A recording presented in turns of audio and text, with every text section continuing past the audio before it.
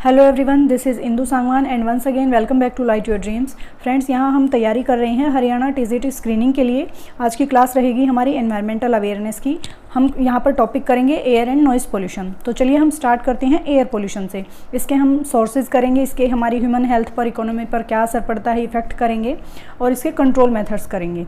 तो चलिए करते हैं स्टार्ट। वायु प्रदूषण क्या होता है? वायु प्रदूषण जो हमारी वायु है उसमें हानिकारक गैसों का या ऐसे हानिकारक तत्वों का मिल जाना जो कि हमारे सेहत, स्वास्थ्य और हमारी अर्थव्यवस्था के लिए, पर्यावरण के लिए हानिकारक सिद्ध होते हैं, उसको हम क्या कहते हैं? वायु प्रदूषण। अब जैसे इसमें हम देखते हैं वायु प्रदूषण क्या होता है।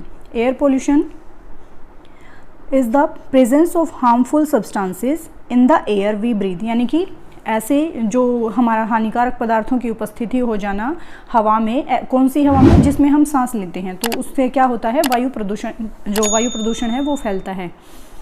और ये this substances can come from both natural and human made, यानी कि जो ये हमारे सब्सटेंसेस हैं, ये पदार्थ कैसे हो सकते हैं? प्राकृतिक और मानव निर्मित, दोनों स्रोतों से ये आ सकते हैं। जो पोल्यूटेंट है ये किससे मिलते हैं? हमने ये पदार्थ होते हैं दो तरह से, प्राकृतिक और मानव निर्मित। प्राकृतिक यानी कि जो प्रकृति ने हमें दिए हैं, तो उसमें क्या हो सकता है? जो वायु को प्रदूषित करता है, इसमें जैसे ज्वालामुखी विस्फोट है, या बहुत तेज धूल भरी आंधी तूफान आ जाते हैं, वन में अग्नि लग जाती है, इस तरह के जो प्राकृतिक कारण है। भूस्खलन हो जाता है, बड़े बड़े पहाड़ हैं, चट्टानें हैं, वो टूट जाती हैं, तो उससे क्या है? बहुत सारा मलबा, मिट्टी, धूल निकलती है और वो वायु में फैलती है। उसी वायु में हम सांस लेते हैं, वायु प्रदूषित हो जाती है। तो ये उसका एक प्राकृतिक कारण है।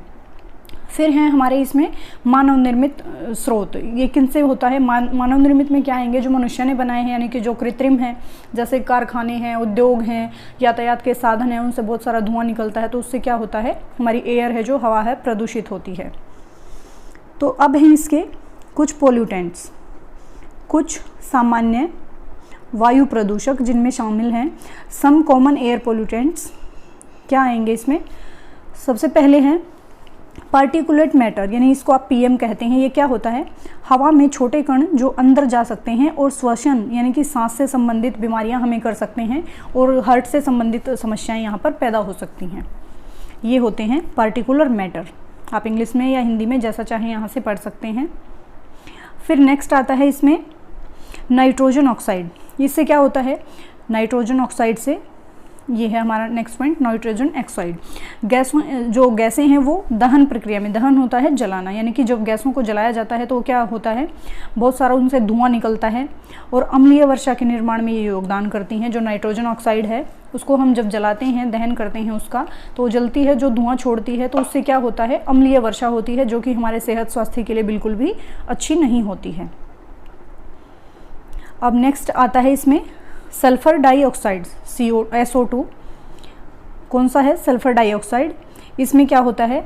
ये गैस है जो जीवाश्म ईंधन के जलने से, जो फॉसिल फ्यूल्स होते हैं उनके जलने से ये उत्पन्न होती है, सल्फर डाइऑक्साइड। ये भी इंपॉर्टेंट पॉइंट है, ध्यान रखें। ये गैस कैसे निकलती है? जब फॉसिल फ्यूल्स को हम जलाते हैं तो गैस निकलती है, सल्फर डाइऑक्साइड, और इससे सांस से संबंधित बीमारियाँ होती हैं और ये भी अम्लीय वर्षा का कारण बन जाती है।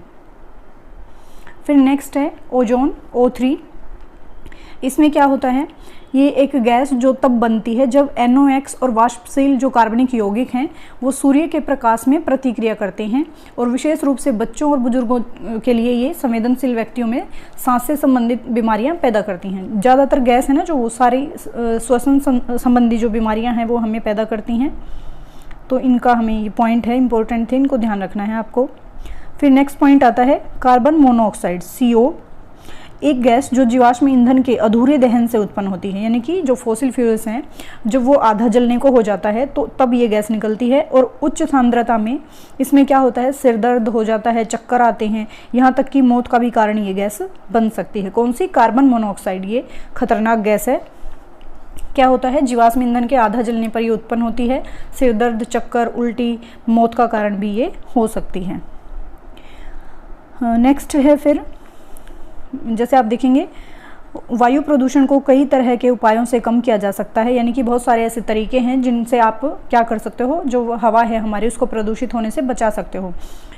कौन से उपाय हैं? जैसे वाहनों और उद्योग से उत्सर्जन को कम करना, ऊर्जा दक्षता में वृद्धि करना, परिवहन और ऊर्जा उत्पादन के स्वच्छ रूपों को बढ़ावा देना, मानव स्वास्थ्य और पर्यावरण की रक्षा के लिए प्रदूषण को कम करने के लिए कार्रवाई करना। ये सिंपल सी बातें थी, साधारण सी, आपको समझ आई गई होंगी।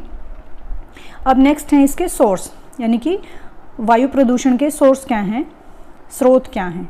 सोर्स ऑफ एयर पोल्यूशन, इसमें है वायु प्रदूषण विभिन्न स्रोतों से आ सकता है, जी बिल्कुल आ सकता है, जिनमें शामिल हैं कौन कौन से। औद्योगिक उत्सर्जन इसमें शामिल है, सबसे पहला पॉइंट है। इंडस्ट्रियल जो एमिशंस होते हैं वो इसका कारण बनते हैं, कैसे, जैसे बिजली संयंत्र हैं, कारखाने हैं, उद्योगों में कोयले और तेल जैसे जो फॉसिल फ्यूल्स हैं उनके जलने से हवा में प्रदूषक निकलते हैं। बिल्कुल सही बात है, जब हम बिजली संयंत्र, बड़े बड़े बिजली के, जहाँ पर बिजली का काम होता है, कारखाने होते हैं, उद्योग लगे होते हैं, वहाँ पर कोयला या तेल, पेट्रोल ऐसी चीज़ें बनती हैं, जो फॉसिल फ्यूल्स होते हैं उनको जलाते हैं हम, तो क्या होता है, बहुत सारे पोल्यूटेंट्स निकलते हैं, और जिनमें क्या क्या जो ऊपर आए थे ना वही सारे, sulphur dioxide, nitrogen oxide, carbon monoxide, ये सारे शामिल हैं। तो ये कौन से होते हैं, औद्योगिक उत्सर्जन, यानी कि उत्सर्जन का अर्थ होता है कुछ निकलना, उद्योगों से जो निकलता है, यानी कि जो जहरीली गैसें निकलती हैं वो क्या करती हैं, ये इसका स्रोत होती हैं वायु प्रदूषण का। नेक्स्ट है अब परिवहन, ट्रांसपोर्टेशन है जो, वो भी इसका एक कारण होता है। कैसे होता है, जैसे car, trucks, buses and other vehicles that burn fossil fuels release a variety of pollutants including carbon monoxide, nitrogen oxide, particulate matter. ये भी क्या करते हैं, ये भी सेम, जैसे कि कार, ट्रक जो हमारे यातायात के साधन है वो जीवाश्म ईंधन को, फॉसिल फ्यूल्स को जलाते हैं और उनसे भी बहुत सारी जो गैसेज हैं वो निकलती हैं, प्रदूषण का वो कारण बनती हैं। अब नेक्स्ट इसमें आती हैं हमारी जो एग्रीकल्चर एक्टिविटीज़ हैं, ये भी क्या होती हैं, वायु को प्रदूषित करने में कई बार अपना योगदान देती हैं। एग्रीकल्चर एक्टिविटीज़ कैसे, जैसे कि उर्वरक और कीटनाशक का उपयोग हम करते हैं, साथ ही जो पशुधन अपशिष्ट है और प्रदूषकों को हवा में छोड़ सकता है, जिसमें अमोनिया और कण पदार्थ शामिल हैं। ये पॉइंट आपको ध्यान रखना है, इनमें क्या होता है, अमोनिया और कण पदार्थ। इसमें क्या होता है, जो पशुधन अपशिष्ट हैं, यानी कि जो पशुओं की खाद, गोबर वगैरह हैं, उनके अपशिष्ट हैं, वो क्या होता है, वो भी हवा को प्रदूषित करते हैं, अपने प्रदूषकों को हवा में छोड़ देते हैं। और कई बार जो फसल है उसमें ऐसी हानिकारक दवाइयाँ या उर्वरक डाले जाते हैं जिनसे भी क्या होती है, हवा प्रदूषित होती है। तो ये सारे, फिर इसमें नेक्स्ट है इसका source, residential and commercial heating और कुकिंग। इसमें क्या है, इसको आप कहेंगे आवासीय और वाणिज्यिक ताप और खाना पकाने की जो चीज़ें हैं उनसे भी होते हैं। कैसे, देखते हैं एक बार। हीटिंग और खाना पकाने के लिए लकड़ी, कोयला, तेल और प्राकृतिक गैस को जलाने से क्या होता है, उनमें से भी प्रदूषक कण निकलते हैं और कार्बन मोनोऑक्साइड सहित बहुत सारे प्रदूषक निकलते हैं, जिनसे क्या होती है, हवा प्रदूषित होती है। अब हैं इसके कुछ नेचुरल सोर्स हैं। नेचुरल सोर्सेज में क्या आते हैं, natural sources of air pollution include wildfire, volcanic eruptions and dust storms, यानी कि इसमें आते हैं हमारे जंगल में आग लग जाना, ज्वालामुखी विस्फोट हो जाना, जो हमने स्टार्टिंग में ही किए थे अभी, धूल भरी आंधी, पहाड़ों का टूटना, उनसे बहुत सारा जो मलबा निकलता है, वही वाला पॉइंट यहाँ पर आ जाएगा। नेक्स्ट है फिर कंस्ट्रक्शन एंड डिमोलेशन। कैसे होता है, यानी कि किसी चीज़ का निर्माण और विध्वंस, यानी कि कोई चीज़ हम नई बनाते हैं, जैसे बड़ी बड़ी बिल्डिंग्स बनाते हैं, इमारतें बनाते हैं, तो उनमें भी धुआं नहीं, धूल मिट्टी इतना निकलता है, उड़ता है, और जो फिर यदि वो गिर जाते हैं तो उसी तरह से फिर से वो मिट्टी, धूल निकलती है, वायु को जो प्रदूषित करती है। तो ये हो जाएगा इमारती और बुनियादी ढांचे के निर्माण और विध्वंस से धूल और अन्य कण हवा में निकल जाना। नेक्स्ट पॉइंट आता है इसका अपशिष्ट निपटान, वेस्ट डिस्पोजल हैं जो, वो भी इसमें आ जाते हैं। अपशिष्ट निपटान इसमें होते हैं जैसे भस्मक और लैंडफिल में कचरे को जलाने से क्या होता है, डाइऑक्सिन और फुरान सहित प्रदूषकों को हवा में छोड़ा जा सकता है। ये याद रखने हैं आपको दोनों। अपशिष्ट निपटान से क्या निकलता है, डाइऑक्सिन और फुरान, ये पॉइंट ध्यान रखें, डाइऑक्सिन, फुरान। अब है यह ध्यान रखना महत्वपूर्ण है कि वायु प्रदूषण अक्सर इन स्रोतों के संयोजन का परिणाम होता है और वायु प्रदूषण को कम करने के लिए अनेक तरह से दृष्टिकोणों की आवश्यकता है जो इन सभी स्रोतों को संबोधित करते हों। ठीक है, अब इसमें आता है कि हमारा जो स्वास्थ्य है उस पर वायु प्रदूषण का क्या इफेक्ट पड़ता है।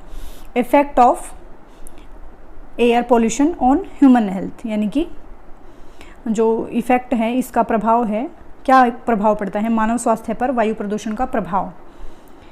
इसमें है सबसे पहले वायु प्रदूषण के मानव स्वास्थ्य पर व्यापक नकारात्मक प्रभाव हो सकते हैं। जी बिल्कुल हो सकते हैं।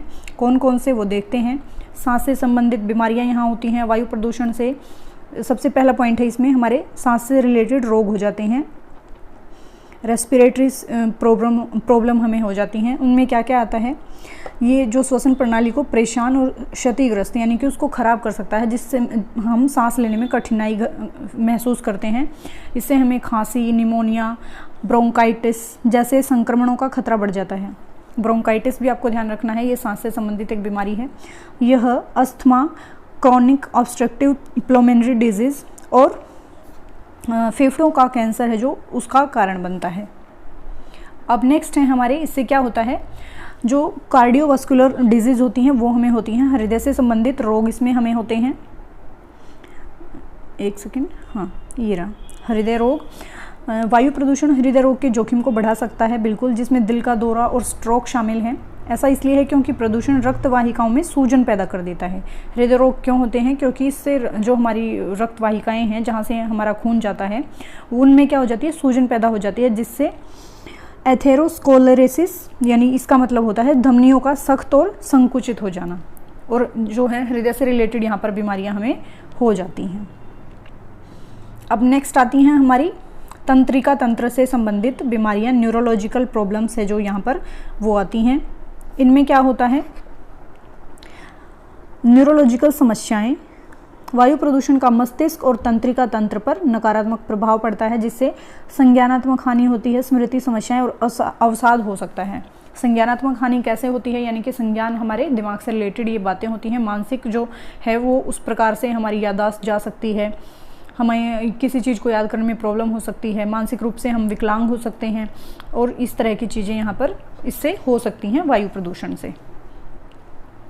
नेक्स्ट हैं प्रजनन संबंधी समस्याएं, जो रिप्रोडक्टिव प्रॉब्लम्स है वो हमें यहाँ पर हो जाती हैं। कैसे, इसमें आता है वायु प्रदूषण के संपर्क में आने से प्रजनन क्षमता, गर्भावस्था के परिणाम और भ्रूण के विकास सहित प्रजनन स्वास्थ्य भी इससे प्रभावित होता है बिल्कुल।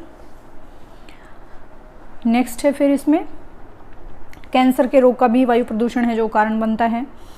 कैंसर, वायु प्रदूषण के फेफड़ों का कैंसर हो जाता है, मूत्राशय का कैंसर होता है। जैसे air pollution has been link to various types of cancer, जिसमें कौन कौन से होते हैं, लंग कैंसर है, ब्लैडर कैंसर है एंड ल्यूकेमिया है, ये सारे इसमें हो जाते हैं। नेक्स्ट है ये, इससे और क्या हो सकता है, समय से पहले मौत हो सकती है, बिल्कुल हो सकती है, प्री मेच्योर डेथ आप इसको कहते हैं। क्या होता है कि the long term effects of air pollution, यानी कि एयर पोल्यूशन का ज़्यादा समय तक हमारे ऊपर प्रभाव पड़ता रहे तो क्या होगा, खासकर कमज़ोर आबादी है जो जैसे बच्चे और बुजुर्ग हैं वो पहले से ही बीमार रहते हैं तो उन पर इसका ज़्यादा इफेक्ट पड़ता है। नेक्स्ट है, कुल मिलाकर वायु प्रदूषण मानव स्वास्थ्य और भलाई के लिए एक गंभीर खतरा है, और वायु प्रदूषण के स्तर को कम करना सरकारों, नीति निर्माताओं और व्यक्तियों के लिए समान रूप से सर्वोच्च प्राथमिकता होनी चाहिए। बिल्कुल, यहाँ मुझे एक पॉइंट ध्यान आया, जो वायु प्रदूषण है, एयर पोल्यूशन से रिलेटेड जो एक्ट है वो पहली बार 1981 में बना था। ये बनाया गया था ताकि एयर पोल्यूशन है जो उस पर नियंत्रण किया जा सके, जैसा भी हो तो उस पर रोकथाम की जा सके। फिर यही एक्ट 1987 में किया गया था दोबारा से, और इसमें वहाँ पर नॉइस पोल्यूशन को भी ऐड कर दिया गया था। यहाँ से आपको ये पॉइंट ध्यान रखना है, इससे संबंधित एक्ट पूछें तो आप ये बता सकते हैं। अब ये थे हमारे ह्यूमन हेल्थ पर इसके क्या असर पड़ते हैं। अब नेक्स्ट हैं जो अर्थव्यवस्था है, हमारी इकोनॉमी है, उस पर इसके क्या असर पड़ते हैं। वायु प्रदूषण का अर्थव्यवस्था पर विभिन्न तरीकों से प्रभाव पड़ सकता है। कैसे पड़ सकता है वो देखते हैं। सबसे पहले क्या होता है, हेल्थ कॉस्ट इसमें बहुत ज़्यादा होती है, स्वास्थ्य लागत है जो वो बहुत ज़्यादा होती है। वायु प्रदूषण के संपर्क में आने से सांस की बीमारी, हृदय रोग, बार बार वही बातें आ रही हैं, तो ये ऐसी चीज़ें हो जाती हैं जिनसे क्या होता है, हमारे स्वास्थ्य देखभाल की लागत बढ़ सकती है और कर्मचारी है जो वो उत्पादकता कम हो सकती है। नेक्स्ट है कामगारों की, यानी कि जो वर्कर हैं उनमें कमी हो सकती है। वायु प्रदूषण से सांस से रिलेटेड बीमारियां होने से थकान, सिर दर्द और अचानक मौत हो सकती है। इससे जो कामगार हैं, वर्कर हैं, उनकी भी कमी हो जाती है। अब नेक्स्ट है इसका पॉइंट, पर्यावरणीय क्षति, यानी कि हमारे पर्यावरण की जो है इसमें हानि होती है। कैसे होती है, एनवायरमेंटल डैमेज होता है। वायु प्रदूषण फसलों को और जो हमारे वन हैं, वन में रहने वाली प्रजातियां हैं, उनको बिल्कुल नुकसान पहुंचाता है। जो कृषि उपज है यानी कि जो हमारी फसलें हैं, लकड़ी से बनने वाली जो चीज़ें हैं, उनको भी कम कर सकता है। जो स्थानीय समुदाय यानी कि हमारे समाज है, सोसाइटी, उसके लिए जो यूज़ की चीज़ें हैं वो सारी इससे ख़राब हो सकती हैं। नेक्स्ट पॉइंट है पर्यटन, यानी हमारा जो टूरिज़्म है वो भी इससे प्रभावित होता है। वायु प्रदूषण यात्रा स्थलों को अपील को कम करके जो आगंतुक होते हैं, आने वाले यानी कि जो मेहमान हैं, वो स्वास्थ्य संबंधी चिंताओं को कम करके पर्यटन उद्योग है उनको भी ये प्रभावित कर सकता है। अब हैं इसमें जो रेगुलेटरी कॉम्प्लायंस हैं वो आते हैं विनियामक अनुपालन। इसमें क्या होता है, वायु प्रदूषण नियमों का पालन करने के लिए जो उद्योग हैं और व्यवसाय हैं उनकी लागत लग सकती है बहुत ज़्यादा, और जो प्रदूषण नियंत्रण है उसमें निवेश करना इसके खिलाफ जुर्माना भरने के समान हो सकता है। नेक्स्ट आता है इकोनॉमिक डिसरप्शन, आर्थिक व्यवधान इसमें जो होते हैं। आर्थिक व्यवधान गंभीर वायु प्रदूषण की घटनाएं जैसे कि स्मॉग एपिसोड, स्कूल और व्यवसाय बंद करना, परिवहन में व्यवधान यानी रुकावट आ जाना, यातायात के साधनों में आर्थिक गतिविधियों को कम करने का ये कारण बन सकते हैं। स्मोग होता है धुआं। नेक्स्ट पॉइंट है कुल मिलाकर वायु प्रदूषण का अर्थव्यवस्था पर नकारात्मक प्रभाव पड़ सकता है। जो श्रमिक हैं, वर्कर हैं, कामगार हैं, उनकी उत्पादकता को ये कम कर सकता है। स्वास्थ्य देखभाल की लागत में वृद्धि कर सकता है। पर्यावरण को नुकसान पहुंचाता है और आर्थिक गतिविधियों को में बाधा डालता है। नीति और तकनीक जो के समाधान हैं उनको ये कम करता है और लंबी अवधि में एक स्वस्थ, अधिक उत्पादक अर्थव्यवस्था का समर्थन किया जा सकता है। यदि हम इसमें सार्वजनिक स्वास्थ्य में सुधार करें, हो सकता है तो क्या होगा, एक लंबे समय तक अधिक उत्पादक अर्थव्यवस्था का हम समर्थन कर सकते हैं। अब इसमें आते हैं वायु प्रदूषण के जो तरीके, इसको हम कंट्रोल कैसे कर सकते हैं। Air pollution control methods, control करने के इसके तरीके क्या हो सकते हैं। इनमें सबसे पहले वायु प्रदूषण नियंत्रण विधियों को 2 श्रेणियों में हम बांट सकते हैं, स्रोत नियंत्रण और एंड ऑफ पाइप नियंत्रण। ये 2 तरह से हो सकता है। सबसे पहले देखते हैं स्रोत नियंत्रण विधियां इसमें कौन सी होती हैं। सोर्स कंट्रोल मेथड्स हैं जो वो क्या होते हैं। Source control methods aim to reduce और eliminate pollutants at their source, यानी कि इसमें जो स्रोत नियंत्रण विधियां हैं, जो प्रदूषक हैं, जो प्रदूषित करते हैं वायु को, पोल्यूटेंट्स हैं, उनके स्रोत पर ही इसका काम करना या कम इसको किया जा सकता है या बिल्कुल समाप्त भी इसको किया जा सकता है। यह तरीका वायु प्रदूषण को नियंत्रित करने का सबसे अच्छा तरीका माना जा सकता है। स्रोत नियंत्रण के कुछ उदाहरण हैं जो कि इस प्रकार से हैं। इसमें आते हैं स्वच्छ ईंधन और प्रौद्योगिकी का उपयोग करना। और क्या आता है इसमें, औद्योगिक प्रक्रियाओं से उत्सर्जन को कम करना, यानी कि जो हमारे उद्योग, कारखाने इत्यादि हैं उनसे जो निकलने वाले अपशिष्ट पदार्थ हैं, जो वेस्ट मटेरियल हैं, वो चीज़ें कम की जाएं। और क्या किया जाए, वाहन और उद्योगों से उत्सर्जन के लिए नियमों और मानक यानी कि सरकार के द्वारा नियम बनाए जाएं और उनको नियमों का पालन किया जाए ताकि उन पर रोक लगा सकें हम ऐसी चीज़ों पर। नेक्स्ट है सार्वजनिक परिवहन, कार पूलिंग और सक्रिय परिवहन जैसे पैदल चलना, साइकिलिंग चलना, बाइकिंग के उपयोग को प्रोत्साहित करना, ये इसमें आते हैं। और इसमें एक और है ऊर्जा दक्षता और संरक्षण को बढ़ावा देना। इस तरीके से भी हम इसको कंट्रोल कर सकते हैं। और अब सेकंड है इसकी end of pipe control method. इसमें क्या आते हैं, एंड ऑफ पाइप नियंत्रण जो विधि है, इसमें इसका उद्देश्य होता है प्रदूषकों को, जो पोल्यूटेंट्स हैं, हवा में उत्सर्जित होने के बाद हटाना है।